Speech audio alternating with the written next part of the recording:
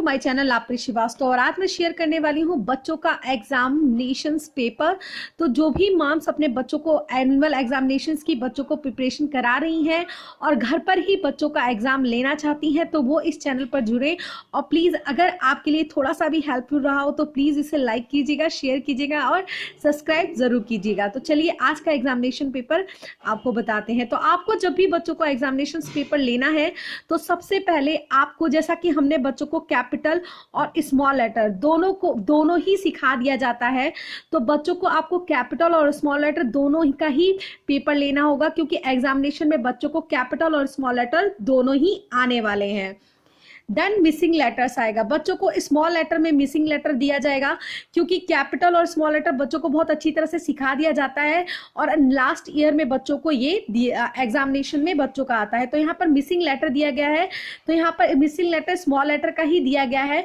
तो आप देख सकते हैं कि A-C- मतलब कि A के बाद B मिस कर दिया गया है, C के बाद D मिस कर दिया गया है। तो इस तरह से मिसिंग लेटर A से लेकर Z तक दिया गया है। तो ऑलवेज रिमेंबर, जब भी बच्चों का आप एग्जामिनेशंस लेते हैं तो ऐसे कई मॉम्स करती हैं कि A-B-C-D-E-F, चाहे तो एक ही लाइन में वो पूरा अल्फ़ाबेट्स ही कंप्लीट करा देंगी, बट ये वे रॉन्ग होता है। बच्चों का प्रॉपर वे यही होता है कि एक लाइन में सिर्फ 4 ही अल्फ़ाबेट्स होते हैं। 4 से ज़्यादा अल्फ़ाबेट्स अगर आप देते हैं बच्चों को तो रॉन्ग है। जैसे कि यहाँ देखिए I-J-K-L, यहाँ पे सिर्फ 4 ही अल्फ़ाबेट्स हैं, फिर नेक्स्ट लाइन में भी 4 अल्फ़ाबेट्स हैं। तो इसी तरह से आपको अपने बच्चों को एग्जामिनेशन लेना है, क्योंकि यही प्रॉपर वे होता है A to Z राइट करने का। तो अब नेक्स्ट क्वेश्चन है मैच इट करने का। तो मैच इट करने आएगा कैपिटल से स्मॉल लेटर में। तो यहाँ पर A है तो बच्चे को इसमें से A को फाइंड आउट करने पड़ेगा। वेयर इज A, तो हियर इज A को A से मैच कर देंगे। देन इसी तरह से G को फाइंड आउट करेंगे, H को फाइंड आउट करेंगे और M को फाइंड आउट करके बच्चे को मैच इट करने के लिए दिया जाएगा कैपिटल टू स्मॉल लेटर।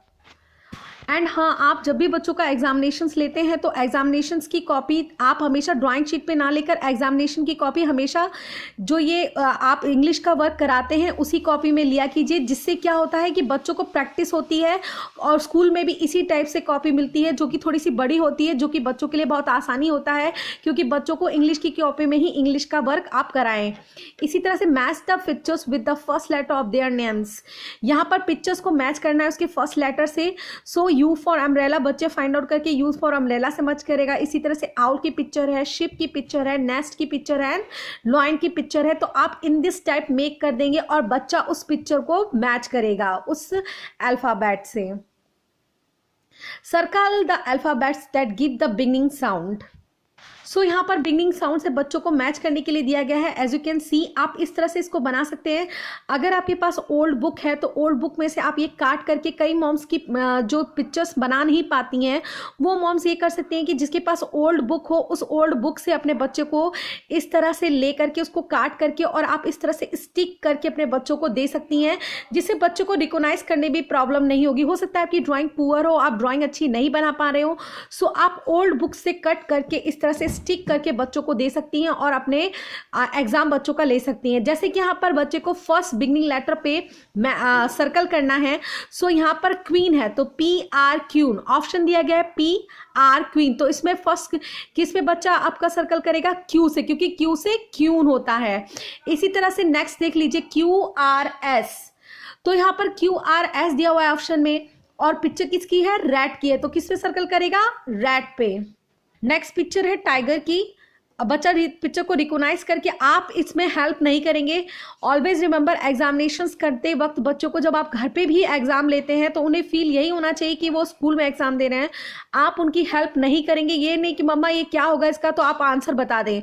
अगर आप आंसर बता देती हैं तो वो बहुत ईजी हो जाएगा उसके लिए और उसको ये नहीं लगेगा कि वो एग्जाम दे रहा है। सो हमेशा ऑलवेज रिमेंबर, जब भी आप घर पे एग्जाम ले तो एग्जामिनेशन की तरह जैसे स्कूल में लिया जाता है उस तरह से रखें और आपका बच्चा कुछ भी पूछे उसे आपको आंसर नहीं देना है बेटा, आप खुद इसे डू करिए।